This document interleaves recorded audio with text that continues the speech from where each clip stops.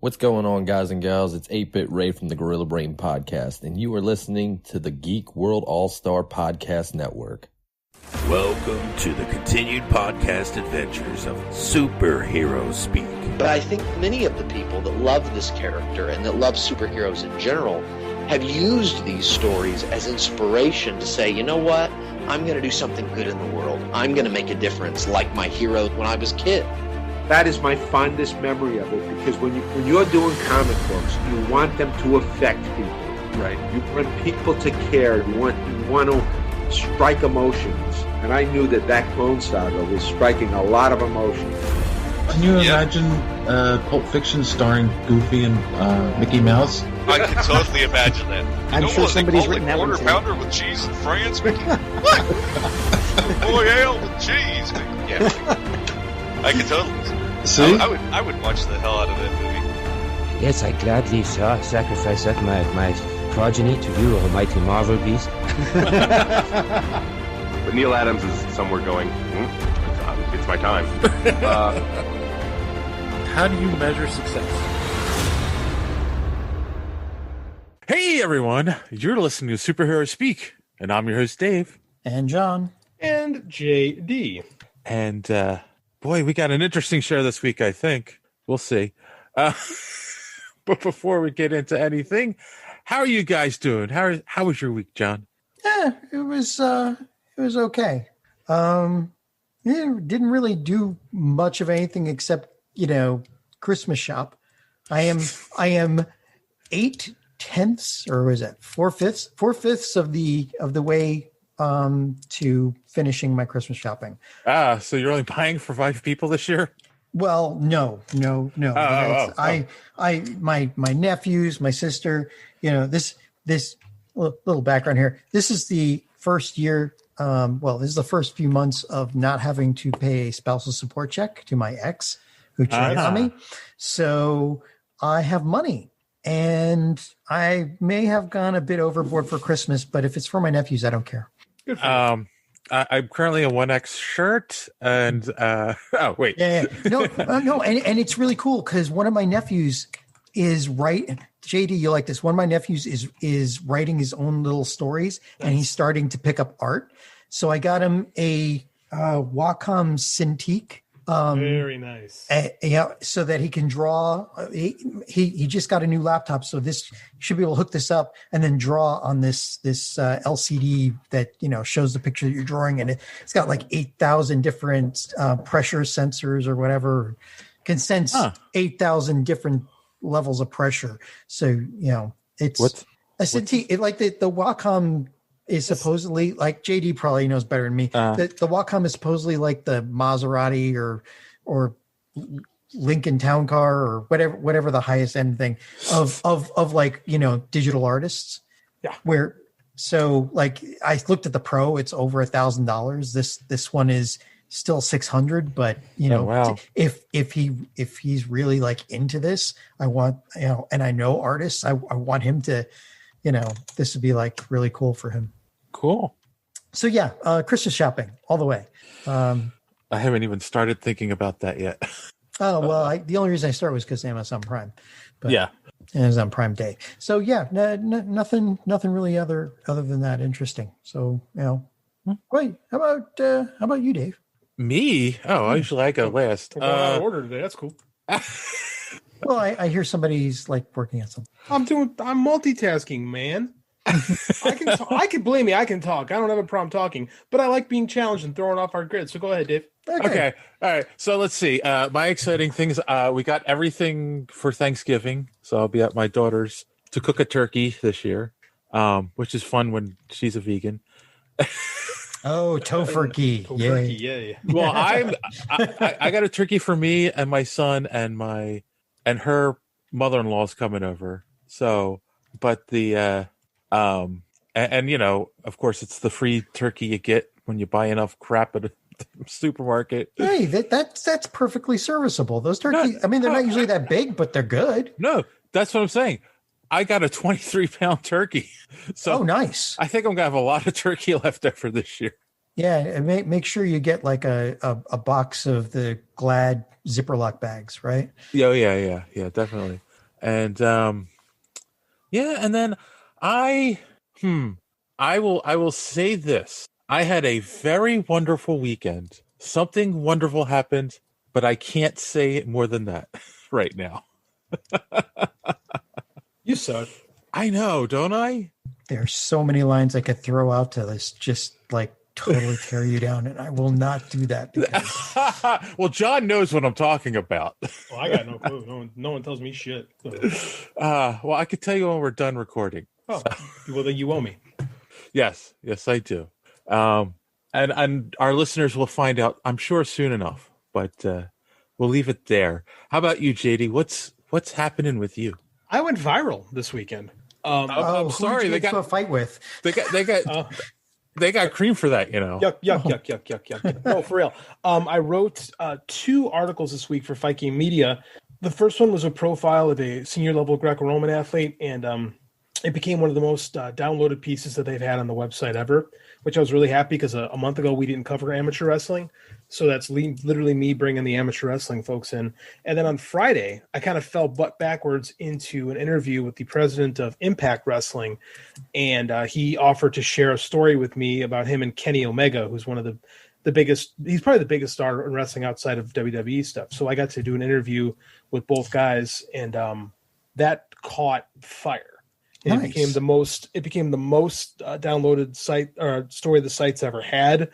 Like I got retweeted by just insane amount of people, and news outlets actually picked it up because the guy did actually drop some news tidbits on me. So I had people actually stealing my work for the first time, which was kind of cool.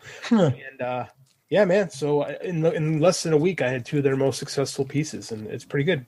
Because I got nothing to follow it up with, so I peaked early. Are you going to become a blue check mark on Twitter? That's all I've ever wanted, really, is to become a blue check mark on Twitter, and I don't think so, but I'm really trying. You'll be one of those annoying people. I am one of those annoying people. I just need the check mark. Oh, okay. You guys follow me, you know that. Yeah, that's true. Well, John barely goes on Twitter. That's how I got on the show. This is true. So now we'll try it again this week. Are you caught up on The Mandalorian? Yeah, I watched 2 episodes this week. I was going to talk to you after the show. I want to do a little bit of writing for the site about The Mandalorian. Ooh. So, definitely. I mean, if you can write articles that go viral. Yeah, Kim, I don't know how you got people who are actually semi-famous who to say, hey, do you want this story? I like the way you write. You say, yes, I do. How often does that happen? Not often. No. Make no promises. So, all right. So first off, then we'll back up a little and go to episode 2 of the season. Is it just me, or did it kind of it wasn't bad, but it felt like it was just a filler episode? It felt like it was a bridge to get from 3 felt like the main story. 2 felt like it was a bridge to get there. Yeah, but I thought there was a lot of character development stuff, particularly with Baby Yoda, that had to happen in 2. Like genocide.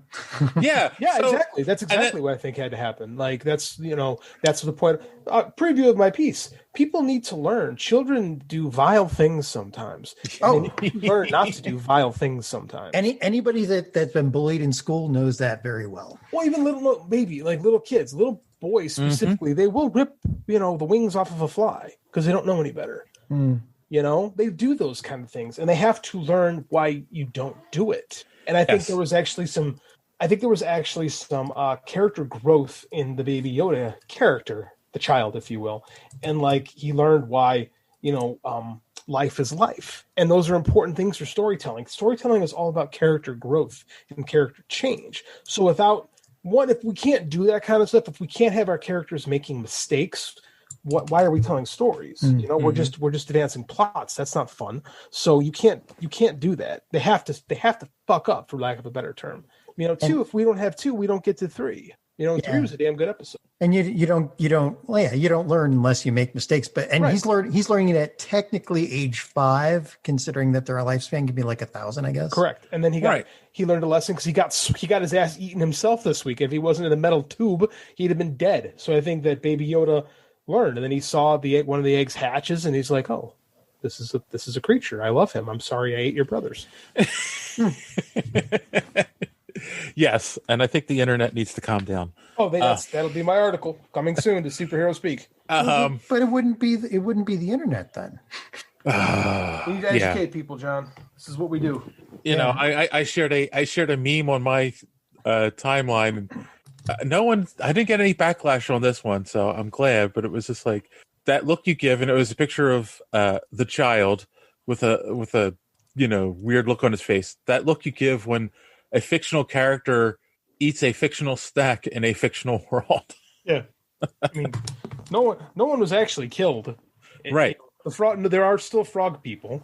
Like, we just need to, tell stories. Yes, and it's funny. I didn't even think of it about the growth aspect of it until you just said it. Where it's like, yeah, because by the end of the third episode, he was happy to see the little babies. So yeah, I mean that's an important moment. Like, again, I'll get into it more deep, but I mean, yeah, you need that because like the child, like this is the whole thing of like, if we're going to do this whole lone wolf and cub thing with the Mandalorian and the child, then the child has to act like a child. It can't just be a cipher, and it can't just be cute because kids are cute, but they're not perfect. Like, oh no, you ever read the book specifically Nosferatu, the Joe Hill book? It's about these kids get taken to this Christmas land, right? And they get to be kids forever, and they're innocent. But part of he describes that part of innocence is kind of evil. And they become these like vampiric creatures who are eternally children, but they never grow out of their selfishness. They never grow out of their evil. They're like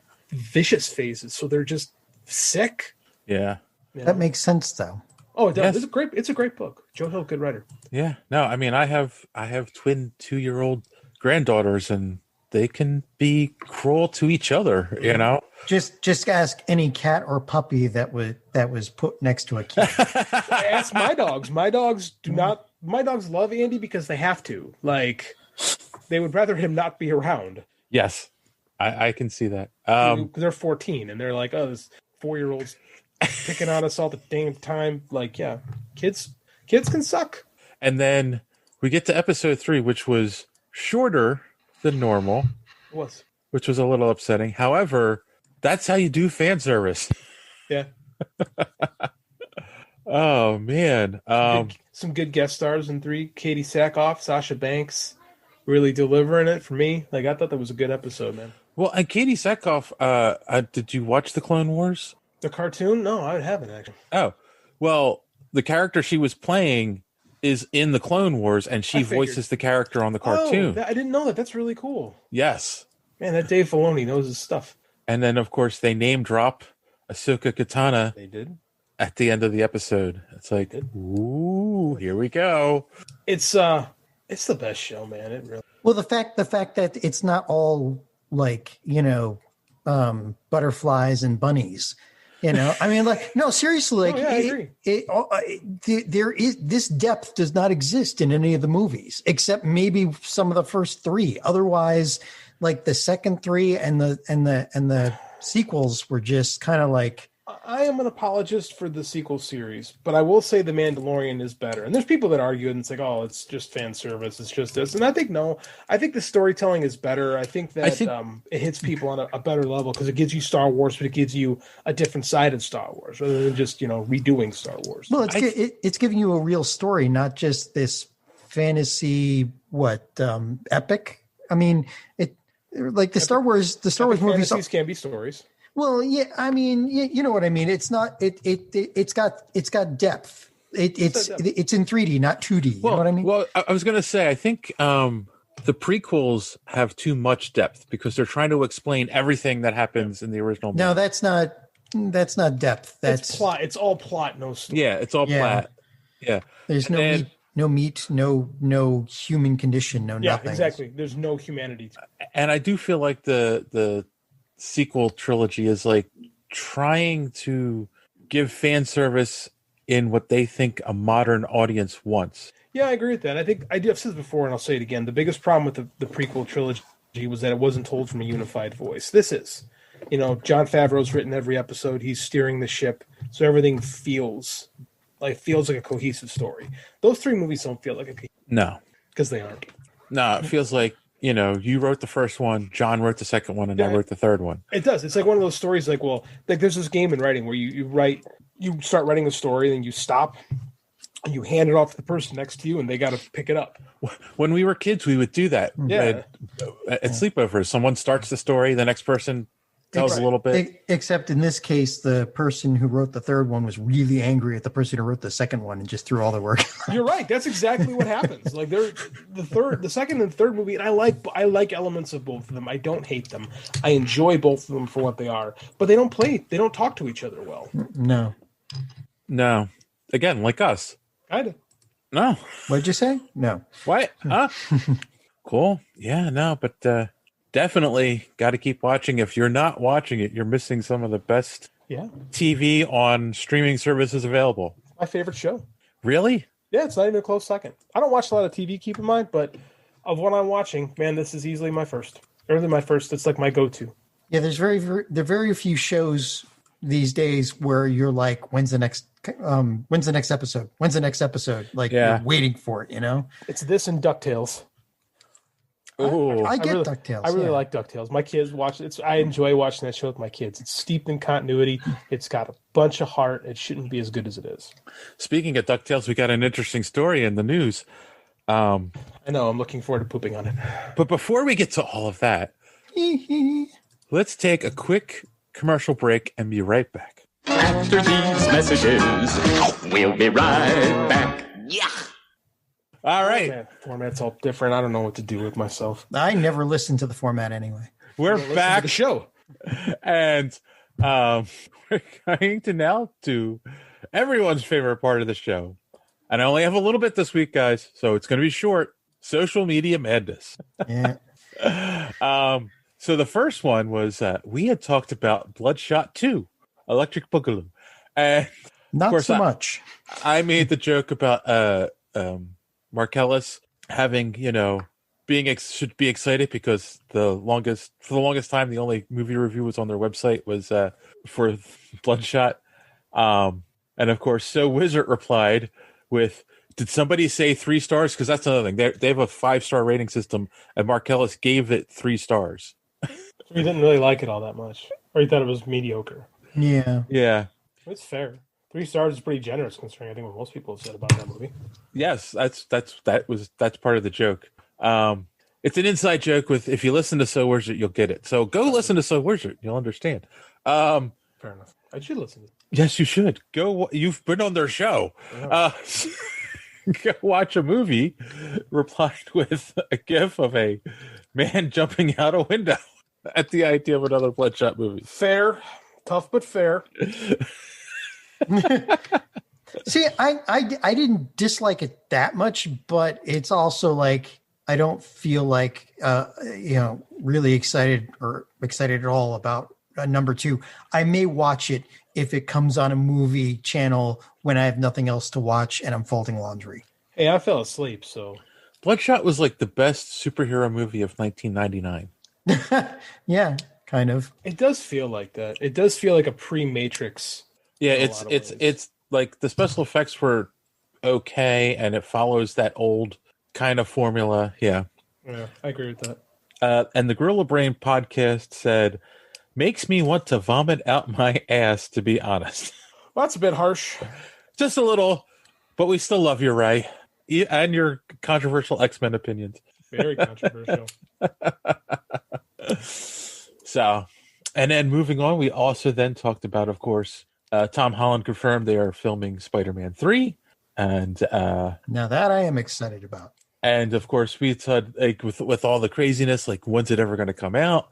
And, so I asked the audience, when do you think it'll be released? To which Gorilla Brain replied, right next to Wonder Woman 2084. That's cute. And Not Before Coffee said, 2024. Wonder how many of the theories are right. I'm sort of hoping none. So I haven't heard any theories about Spider-Man 3. Not a single one. I mean, we know Elektra's in it. That's about it. I mean, there's some rumors they might want to try to shoehorn it as a Sinister Six, but I really don't see that. No, Sony, they tried that in the last trilogy. Sony really wants that Sinister Six, but I don't think this. I don't know nothing. Let's be real. Nothing? Not a damn thing. Let's be. I mean, like, no one knows what the Spider-Man movie is going to be. No, we don't. I mean, because that's the thing. They end it with his identity. Identity. Thank you. Being exposed, and it's like we're not going to get a one more day storyline. So how are they going to fix that? Don't know. We better not get a one more day storyline. No, they're not doing it. No, Marvel's still involved, so they're not going to go crazy. Well, Marvel's the one who gave us one. Yeah, more Marvel day. did one. That doesn't help matters. Well, I know, but like, I don't think like there are sane hands on the tiller. I mean, as long as Marvel's involved, the MCU's involved, they're not. I mean, even though it's Sony's ship, I think they've got some guardrails in place. Well, hopefully. There is a theory that they're using WandaVision to introduce Mephisto. I believe we started that theory. I mean, like, it can. Like, quite frankly, it should, because that's the story. But they're not going to do one more day. That story is so hated and derided, and there's no. What is he gonna gamble? Like, what's he offering to Mephisto this time around? Yeah, that's true. You got a young, hot Aunt May at this time, so right, and he's not going to offer that, and he doesn't have a marriage with which to bargain, which again never made anyway. But like, yeah, it's not. They're not doing it. That's like that's one of their most hated stories ever. Like, I don't even think Marvel has the balls to go, we're making next for the MCU, one more day, and you're going to go see it. Well, that's just thing. Marvel doesn't, but Sony's not. No, Sony's listening to Marvel right now because they finally righted the ship. because it's like, oh, what is all this money? Where's this coming from? Especially now that they have to make money in these things because everybody's like kind of broke. They're just going to be like, okay, whatever, man. Marvel, cool, we'll do this. Well, Sony's actually already banking on some of that money because it looks like they might buy Crunchyroll. So I saw that rumor. Ooh, yeah, interesting. Yeah, it is because Sony already owns Funimation, which means that would be a fairly effective, mostly monopoly on anime for streaming services. Now I want sushi. When are we going to get to the point where there's only like 3 entertainment companies? We're getting there, man. It's Disney. We're getting there very quickly. Oh, what was the other one? Disney, Warner, and and Sony. Sony. That's Time Warner, yeah. Time Warner. I mean, they're just mismanaged so freaking poorly that I wouldn't surprise me if Disney came along and was like, "Hey." Oh my! They'd be like picking $1 off of the road. It's like, yeah, I'll pick that. And we'd finally get that Captain America versus Batman movie we've always wanted. I was thinking more along the lines of like Mickey Mouse and Bugs Bunny. Well, that works too. Didn't we get that in Roger Rabbit though? We did. It's been 30 years. We can have it again. Yeah, that's true. Oh, oh my God! Yeah, we're old. Oh. Yes. Have you noticed, Dave? All the wrinkles. 32 years. You want me to be specific? And the creaking in my bones. Yeah, I know. Oh, thanks, guys. Thanks. I was feeling good about myself. Dude, I'm older than you. What are you talking about? If I can make people feel worse every day, I've done my job.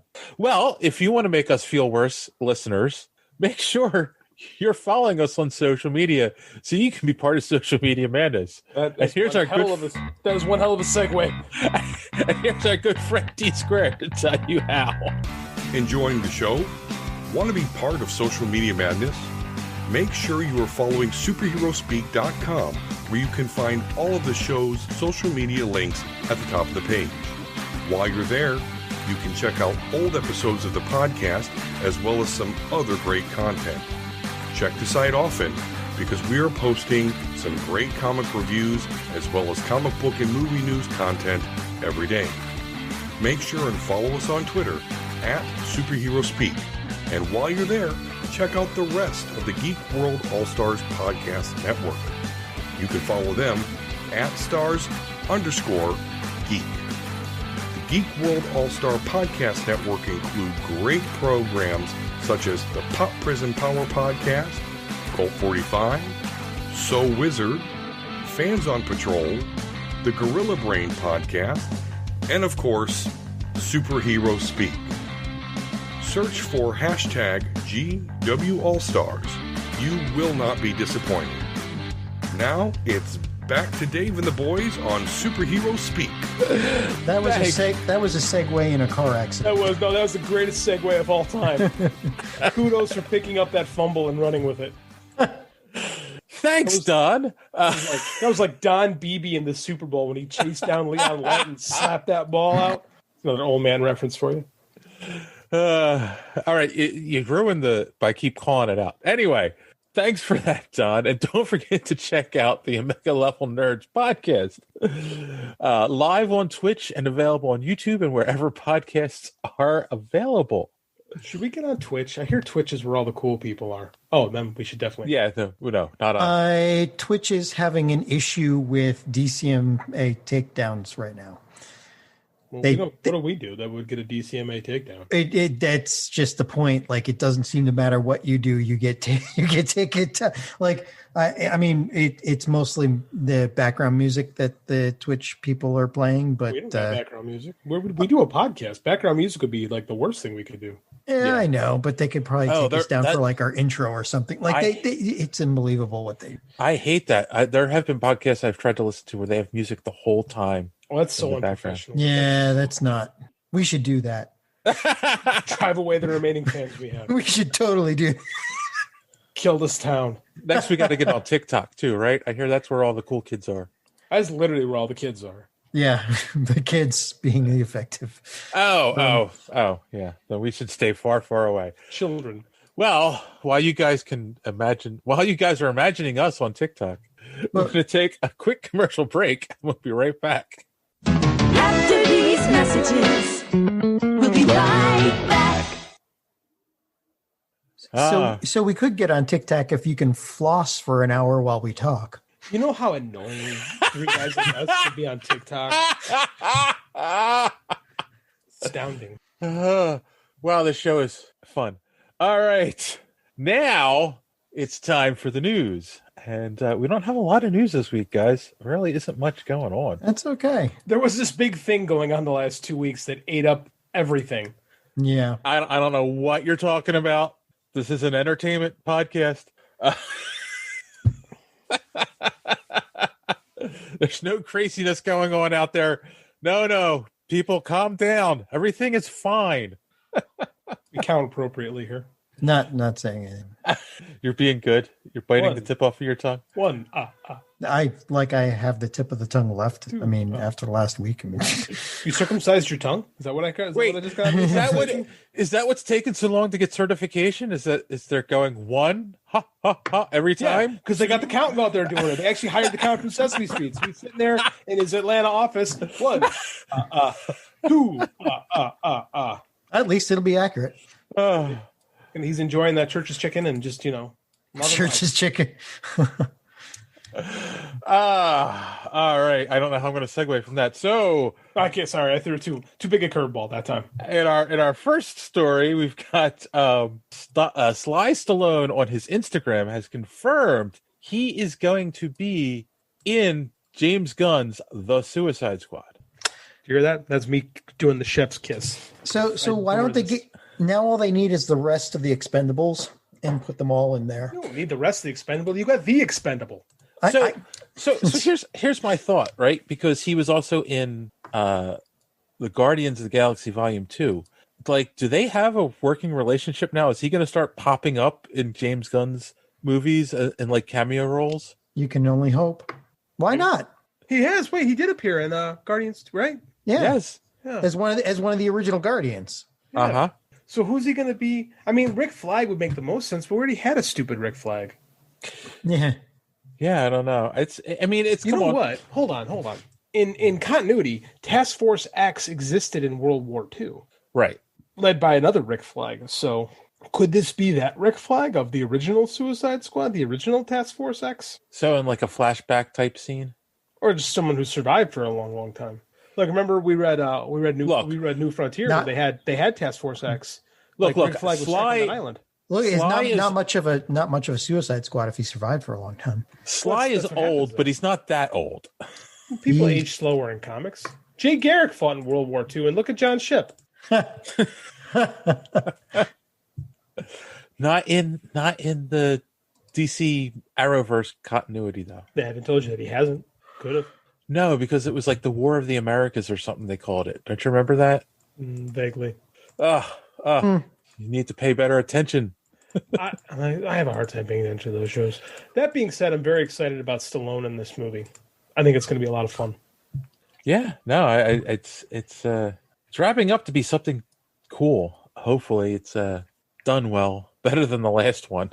Well, it can't be any worse. No, it could be. Could be the Snyder Cut. You know, the Snyder Cut is like Schrodinger's movie. It is and it isn't at the same time.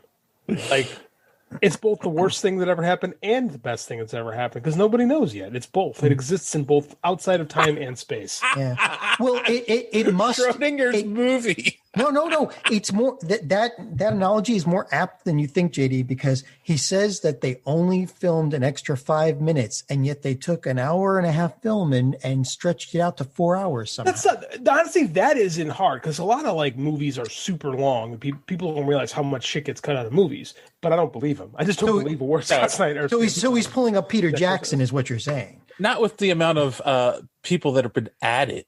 Not just. Added. Unless you're doing like a George Perez, like everyone is in this one shot. Like, no, we are far beyond what he wanted. Like, this isn't a Snyder cut. This is a Snyder movement at this point. Is it that's just it though, right? This thing seems like it's a dragon that's taken on a life of its own. Oh yes, this is the smog. Now if we're going back to Peter Jackson, or like you said, with Peter Jackson, they took a 300-page book and somehow made it a 9-hour movie. Well, they're going to need the dragon tamer there, John. Yeah, that's true. Yeah. Of course, if it were up to me, I'd throw the whole thing in the can. But it is in the can. That's why they have the movie. It's in the can. Apparently, Snyder has now said he's going to change the look of the Joker. Okay. Well, thank God. No. Here's the whole. This is like a perfect example of why Snyder is so bad for DC. One of the quotes from that article is, he was talking about changing the Joker, and he said, I wanted to, of course, honor what had been created with him because I thought it was really cool. No, the Joker in the Suicide Squad was not cool. He also doesn't want to shit on David Ayer's work. Like, it's like, I thought it was really cool, but words. I'm going to change the whole thing. Yeah. Yes. He's saying it's going to be a, it's he said damaged, the road damage weary. tattoo was a bridge too far, I think. Yes. Yeah, that's one way to put it. Damaged. But some water has gone under the proverbial bridge between when last we saw Joker and his appearance. So he's a road weary Joker. I guess that's the way of saying it. So he got rid of his tattoo somehow. A lot of money he spent in surgery. Yeah. Or maybe he just cut somebody else's face off and... Oh, God, it's Zack Snyder. That's exactly what's going to happen. Because Scott Snyder did that. So they have, like they have the ground with which to tread upon. So they did that in Gotham, too. So he has Nick Cage's face or what's his face? Off. John Woo makes damn good action movies. Corny as they may be, they're fun. No, he's going to end up with Travolta's face. Yeah, it was Travolta's face. Yes. Oh, man.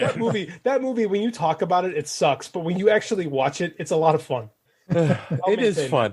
No, I mean, I do. And it's actually a movie that made me appreciate, as crazy as he is, Nicolas Cage as an actor. See, people, I know it's the cool thing to do is to dog on Nicolas Cage now, but he's actually a good actor. Like he just takes anything you give him. The man has an Oscar. Leaving Las Vegas is a good movie. And like when you watch that movie after they trade faces, he does a good job of acting like John Travolta. He does much better job than John Travolta does acting like Nicolas Cage. Right. Or acting like John Travolta, really. Yes. Yeah, Cage. I don't know. It's the cool thing to do now to dog on Cage, but I think I enjoy Nicolas. He just makes interesting choices. Very interesting. They're not all good, but there are choices. Well, I mean, he's entertaining. I mean, any actor that slugs a bear and then screams about the bees, I mean, that works for me. He's Schrodinger's actor. Oh, that's true.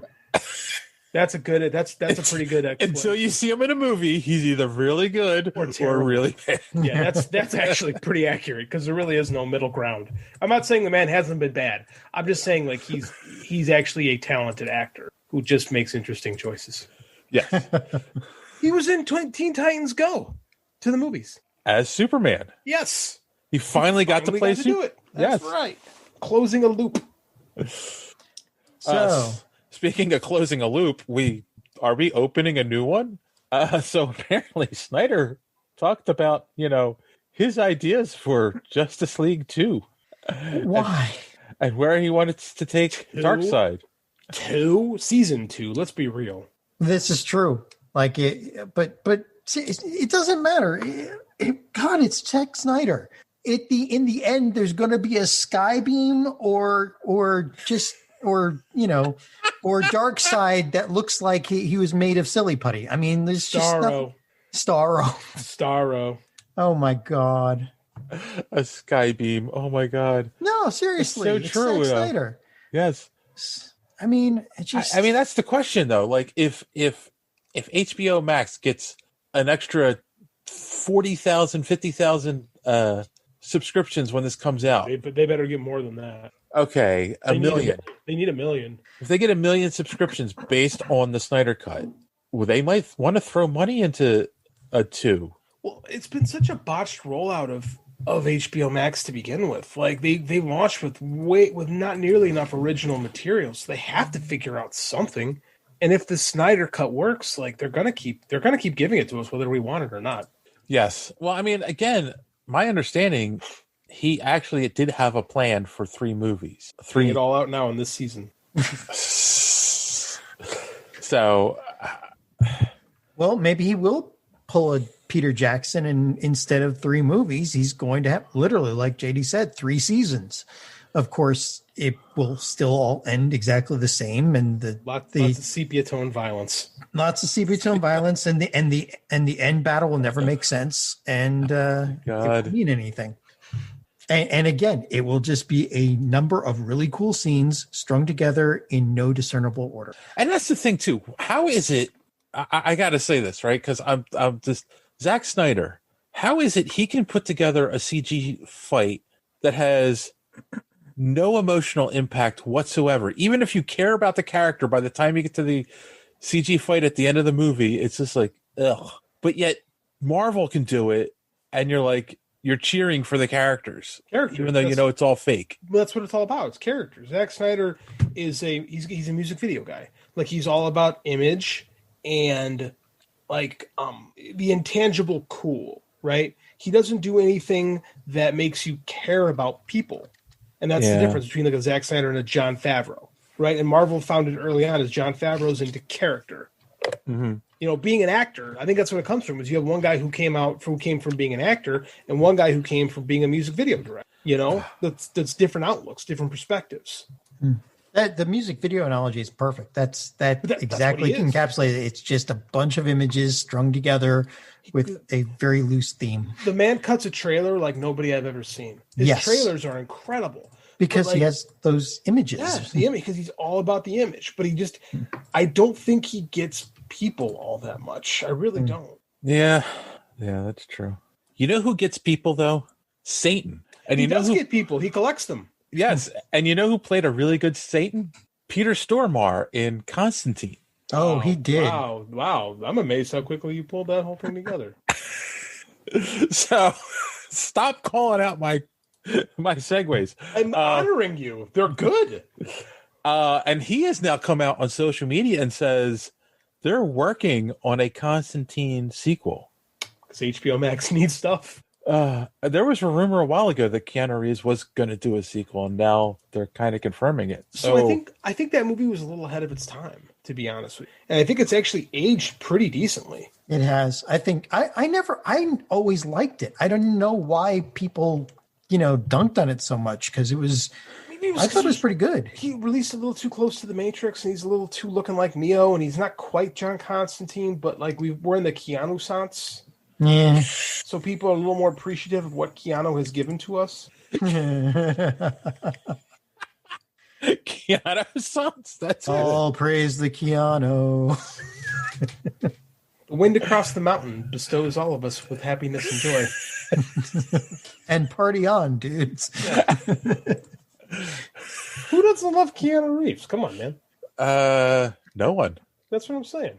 So yeah, I do think they should give us another John Constantine movie. Why not? There's lots to work with, and it does not, as long as it doesn't take away from Matt Ryan also being the more comics close John Constantine hanging out. I'm fine. Whatever. Yeah. Who cares? DC doesn't care about its continuity anymore. No, obviously. And he's Ryan is Constantine on TV right now, so and in the animated series, right. He voices all that too. But I'm saying, and they've kind of made it clear they're not going to cross those over, like the movie actors into the films. So, oh well, yeah, that's why we're not getting a Grant Gustin Flash in the movies. But yeah, so wait, Constantine 2 is going to HBO Max? That part I missed. No, I'm just assuming. Why not? Why wouldn't it? They need content. This is what they do, right? Well, I guess so, because I mean, you're talking about 15 years ago, right? Yeah, 15 years ago. Everything is probably going to go to a streaming platform now because we don't know what the future of movie theaters is. Yeah, not yet. Anyway, and why not? This is something that would probably play better in a streaming platform. It doesn't have to be. From now on, everything that goes in movie theaters is going to have to be a blockbuster. Like, it was already trending that way.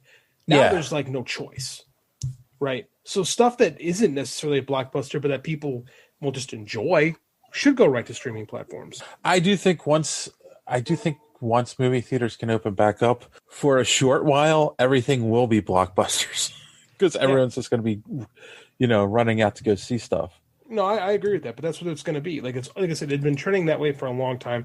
Now it's going to be that way for sure. I mean, TV has proven that they do movies better than TV. Or I'm sorry, TV has proven that they do movies better than movies. So I mean, what is the incentive to go sit in a theater right now when you can watch something better and that has better storytelling on your TV? Pretzel bites and popcorn, man. That's what it is. It's the experience of going. That's what it is. It's the experience of going to the movie theater, and that's what they're going to have to sell us on. And to do that, you're going to have Godzilla trampling cities, or the Wonder Woman movie. I mean, think that would Isn't that getting streamed though? Like, didn't they finally break down and agree to stream that? I didn't hear anything. I haven't seen anything on that, or I would have. I would have definitely brought to us for this week to talk about. Yeah. That one would definitely put asses in seats in a movie theater again, because again, it's not just the concierge and the snacky and all that. It's going to a movie like that and being there with a bunch of fans and you're all like, yes. I mean, you're all really excited to see it. But otherwise, like mediocre movies are just not going to help. No, there's a bunch of articles saying there's no announcement from Warner Brothers. There's a bunch of articles saying what are the chances of it just going to HBO Max?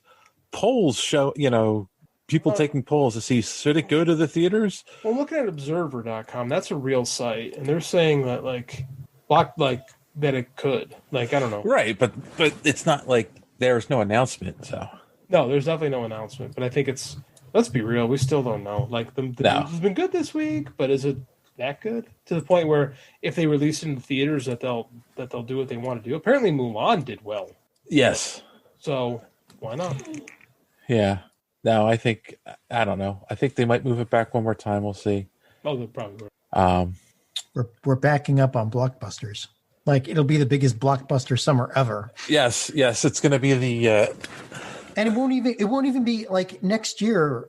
Given we were talking about the two different vaccines for the virus.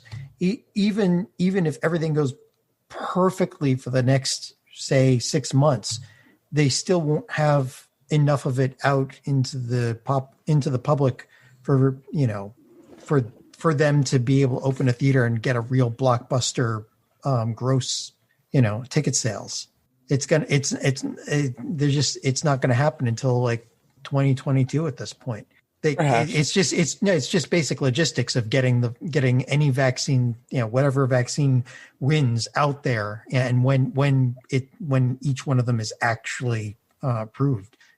So right. Not until 2022 are we going to see where enough people have the vaccine and the stigma of being in large crowds starts to wear off, that they'll be able to actually get a good ticket sales for a blockbuster again. Yeah. We're not. Yeah. Thanks for bringing us down, John. You're welcome. Anytime. Glad to be of service. Oh my God. Yeah. So, speaking of streaming, what other horrible things can we talk about? Oh, well, here's something pretty horrible. And going to streaming directly. And when I first read this, I was happy. So apparently Disney Plus is going to be bringing back Darkwing Duck. I've been really like, how much other am I missing it, or is there not a whole lot of new stuff on Disney Plus? Like, does it feel like they just have such a large cache of or was it a large cache of movies and stuff that they're just living off of that right now? They had plans for that whole Marvel thing that got pushed back because of the COVID. Oh, right. Yeah, they can't put out the TV series until they have the movies set up and all that. There's the Jeff Goldblum show. Come on now. What more do you need? Dude, there's lots of, believe me, my kid has found lots of stuff to watch on the Disney Plus apps. And I was excited about the Darkwing Duck reboot until I learned who was producing it. Seth Rogen. That's the last person I want producing. It's like, well, my first question was, has Disney watched anything else he's I know. The guy who gave us Sausage Party is going to bring a kids show to Disney Plus. No. Green Hornet. Here's the problem: is just 2 weeks ago on DuckTales, they went further into the Darkwing Duck reboot in that universe, and it's great. It's great. What they're doing is great. So why don't they just pick that up and have someone do what they're doing on that show? They should, because Seth Rogen's writing and his humor is just not Darkwing Duck. No. Yes. You know? I'm gonna wait. I'm gonna color me super skeptical. So yeah, I mean, or did they watch Preacher? Oh God. Here's what I'm saying. If Jordan Peele walked in and said, let's do a Gargoyles reboot, and they get out of here, why would they entertain Seth Rogen on Darkwing Duck? I don't know. I mean, he's involved with one of the animated things going to Hulu, I think. Or not Hulu. I think, isn't he involved with the MODOK show? That would make sense, given the trailer that dropped. It's him and Kevin Smith, I think. I have no idea. Stoner's got a stone together. So I think maybe he got his foot in the door and got a meeting to do it. I don't know. Probably did, because they're saying he's producing a Sausage Party show for HBO Max. Shouldn't HBO Max have made all these plans like 2 years ago? Yeah, you would think. It seems like we keep talking about them, and it's like they launched with no real plan. Does anyone like Sausage Party? I've never met a single person. I did not. I think I watched like 4 minutes of it, and then I just turned off the TV, and then I went and retched in the bathroom for a while. I mean, it's just. And then I've even heard the ending is like, I was the same way. I couldn't get through it, and then I've heard like the ending is even worse. So it's like, why would they do a TV show on HBO Max about it if nobody liked it? Yeah. Poor decision. Seth, just do more movies like Knocked Up and stop trying to make stuff. Do what you do. What? Do what you do. Yes. Don't stay out of our Darkwing Duck, damn it. All right. Well, that does it for the news. While you guys have that image of John retching in the bathroom, we're going to take our last commercial break. I'll be right back with our main topic. After these messages, we'll be right back. All right. We are back, and we have a comic to discuss this week. Oh my goodness. So you hadn't read it before, or you had? I had never read this before, and okay, so Action Lab Comics is the publisher, written by David Pepose, yeah. And Jorge Santiago Jr. is the artist. And the comic is Spencer and Locke. I haven't said that. Wow. Yeah. Mind blown. I know, right? You understand? Okay, so here's the background. Okay, I'm the one who suggested this comic. It's called Spencer and Locke. Now, I was at the Awesome Con in Washington D.C. 2 years ago. I was actually there to see Kit Steele and buy some stuff from her and get some of her art marked up. But I was walking around getting interviews because I can't seem to go to a convention anymore and not do interviews. Thanks, Dave. It's like, yeah, I'm just going there for fun. Let me bring my 40 pounds of sound equipment with me. Anyway, I'm walking around and I caught sight of this comic on the floor, and I'm like, okay. And David was there, and he was, he talked to me about it. It's like, oh, so this is basically if Calvin and Hobbes were set in the dark universe. Right. And I was intrigued. So I picked up the first issue, and that night I was going through everything that I got from the convention, and I found the first issue, and I went through and started reading it. And after the first few pages, I was freaking hooked. And by the time I was finished, I could barely sleep that night.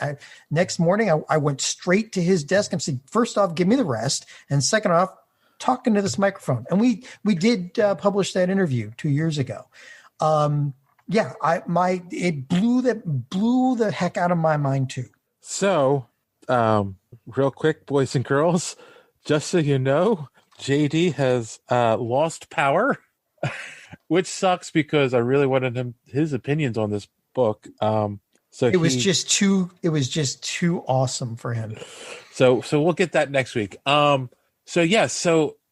it's kind of, what if Calvin and Hobbes grew up and on the wrong side of the wrong side of the wrong side of the wrong side of the tracks. So I will say, and I don't say this often, really. This is the whole concept, and the execution of this is brilliant. Yeah. I'm really upset that JD's. I really want to hear his. One of the things that's masterfully done in this is they intermix flashbacks from when. So Spencer is the panther instead of a tiger, obviously, then for copyright reasons, and Locke is the kid instead of Calvin. And so when they do the flashbacks, they intermix flashbacks from when they're kids. It's kind of drawn in the Calvin and Hobbes style. And then, I talked to him about that in the interview. And then when they're in the real world, or not the non-flashbacks, it's a more regular comic book style. And it's just like that aspect alone is just pure brilliance. It really sucks you in, especially if you're a fan of Calvin and Hobbes. And then at first, when you're in the flashbacks, it's still kind of innocent kid stuff, and it gets really dark really fast. Let me say that off the bat too. This is not for children. No, not even close. Like I think 18 might be a little young. You might want to wait until you're 21. No, seriously. Like when I say the dark side of the dark side of the dark side of the tracks or whatever, I mean like every single inch of this comic is like if Calvin and Hobbes had grown up in the mirror universe for Star Trek, or the dark universe or whatever you want to call it. Like this is Batman Who Laughs would look at this and go, oh no. It's like none of that. And the thing is that every character in Calvin and Hobbes that you remember from Calvin and Hobbes is represented in this. Yes. But every one of them has the most horrible backstory you could possibly imagine. Oh my goodness, the babysitter.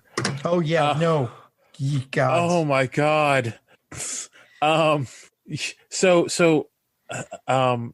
other thing that's really interesting about this is even by the time you get to the end, you're not really sure how crazy Locke really is, because you see him talking to Spencer all the time, and Spencer's represented by this panther, but that's in a suit and is like a person, anthropomorphic. Yes, thank you. And he's having conversations with him and he's talking, but yet when somebody else comes into the picture, like when they're at the diner in the beginning, it's still his stuffed panther just sitting on the other seat. And it's like, and I'm like, is he always carrying that stuffed panther with him? And how come not as many people are making comments? But then it gets weird when there's the car chase scene and the panther's driving. Yeah. Wait, what's going on? Right. So yeah, and the thing is that the writing is so good that none of it comes off as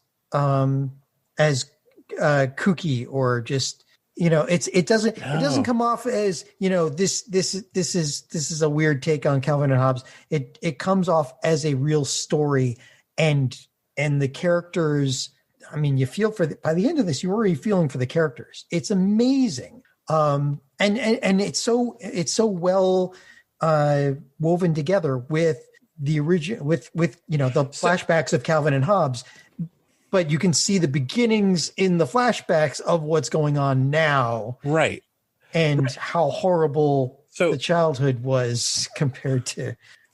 So like one of the things, so the narrative is, it starts out with, Locke is grown up and he's a police officer and he's investigating a murder, but it's somebody that he grew up with. It's one, his girlfriend or, when he was a kid. Damn it. The names sometimes escape me, but it was the girl that he was always fighting with in Calvin and Hobbes. Right. And the character in the book is Sophie, but I don't know the character from Calvin and Hobbes. And she's a teacher and he's investigating the murder, which I will also say that there's that story. There's a lot of interesting twists and turns you don't see coming. And it was Susie Durkins, which is actually Sophie in this book. Yes. And right. So he's investigating it and everyone that's in the story. So now he's back in his old neighborhood. He had to go to his old school because she's a teacher at the old school. He runs into his old bully. It's like, and so there's a flashback for every aspect of every person that he runs into in the story. So it's just so well interwoven. Like there's nothing about it like that feels thrown in. It all makes sense. Yep. And everything that you remember from Calvin and Hobbes, every good memory you have from it, the spaceman spiff, the transmogrifier, the the poor snowmen, literally every trope that Watterson in Calvin and Hobbes created is in this book and woven into the story. And now we'll give you nightmares. Yes. Yes. Well, that's the thing too. The spaceman thing, where that was brilliant, where spoilers that this ends up being like a drug ring. Well, yeah, there's like a drug ring involved with the murder, but they capture Locke and they stick him with the drugs. So while he's fighting off the effects of these hallucinogenics, he's imagining himself as the spaceman from when he was a kid. It's like, oh, that was just another brilliant move. But of course, in Calvin and Hobbes, it was Spaceman Spiff, and in this, it's Rocket Man Reynolds. Like, yes. I mean, he does so well. Like all the names that he picked sound. You're always thinking, "Oh, Calvin and Hobbes, right?" You never question, "Oh, was that this or was that in Calvin and Hobbes?" You know exactly what it is, and yet it's just enough that And I know, like, I know copyright's a thing. Yes. This stands on its own. I don't think there's any problem with copyright, really, because Watterson would never write anything like this at all, unless he had a very horrible life after he ended Calvin and Hobbes. This even though it's quote unquote loosely based on other characters, they are not those characters technically, right, even though they kind of are. Let's face it. But it stands on its own. I think this would fall under maybe like the parody umbrella. Except it's like the reverse. It's the full reverse parody.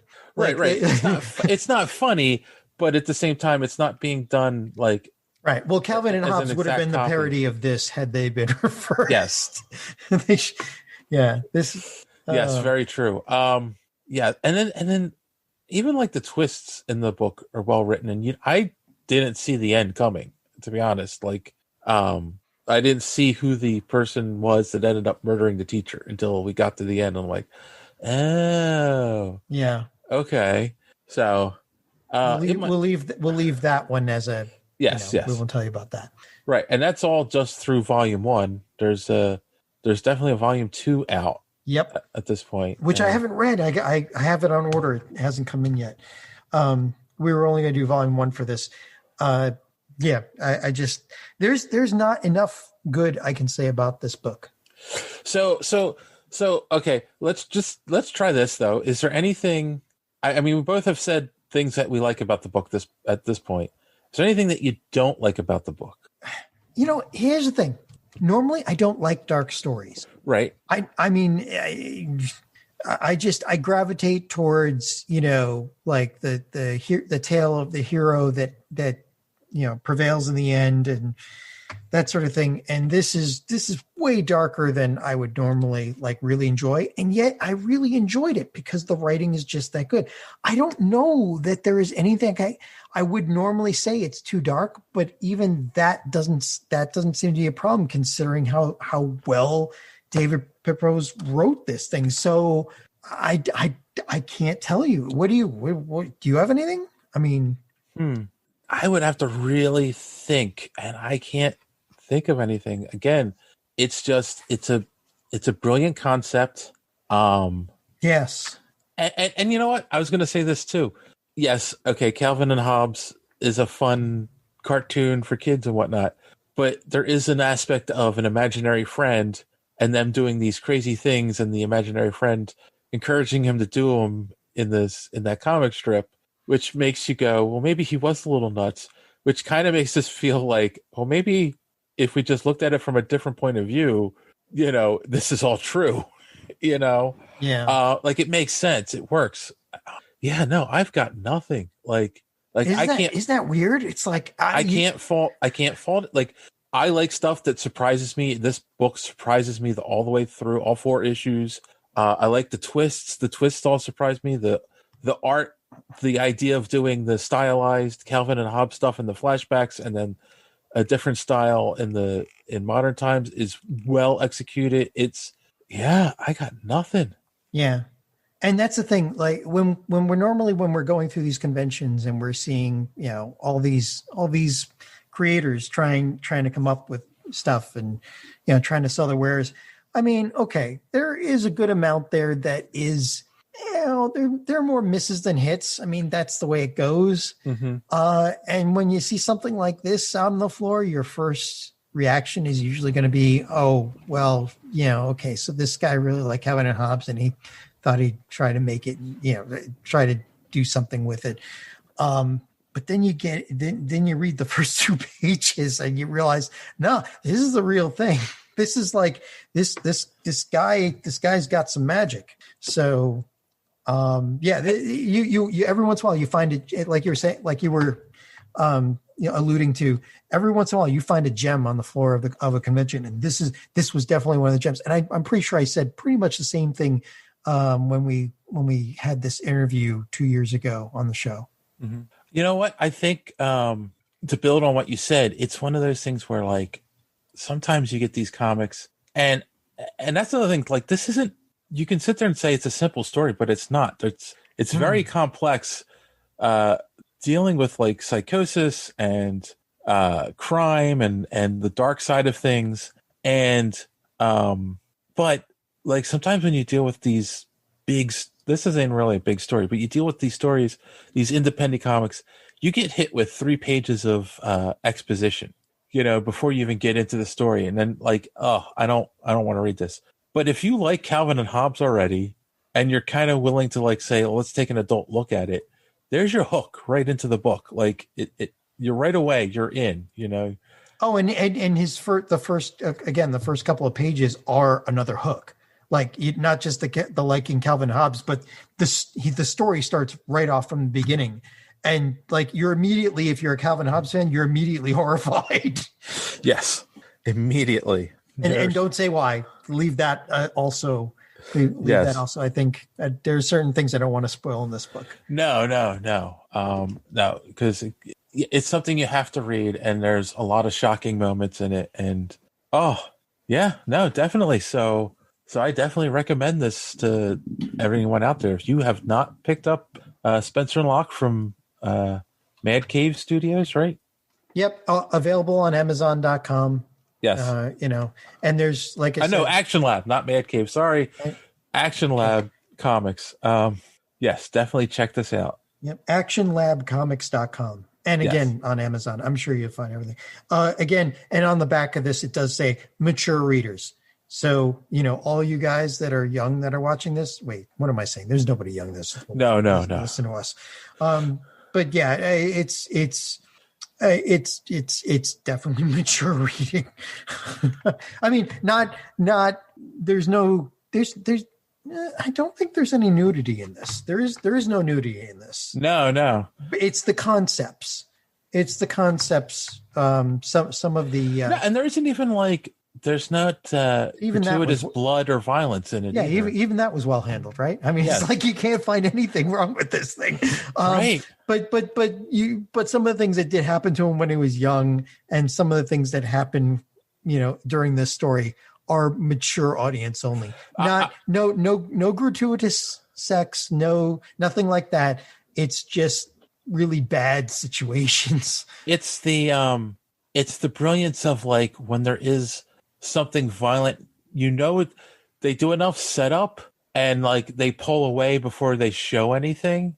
So it's what's in your mind is much worse than what they could have drawn on the page. Yeah. Kind of thing. That's always one of those brilliant moves. And that they do that in this book a lot. And it's so that's even handled really well. Jeez. Mm-hmm. Oh, brilliant. All right. So next week we get to ask JD if it ruined his childhood and that's why he lost power. Oh yeah, maybe he hung up. He just couldn't talk about the book. No, I'm sure that's not it. So do you have any recommendations for the audience, John, before we wrap it up? Don't think I do this week. I don't we're kind of in the middle of all of the streaming seasons. So there's really nothing, interesting. I mean, my recommendation is Spencer Locke. I mean, that would be my recommendation.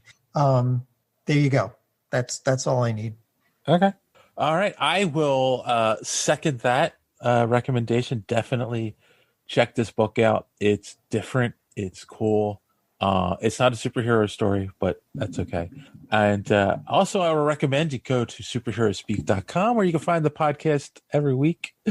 Comic book reviews by our good friend D Square, and apparently some articles by JD coming up. We shall see. And that's all we've got this week, boys and girls. So, as always, thanks for listening. Don't let you keep it caught in the door. Have a good week.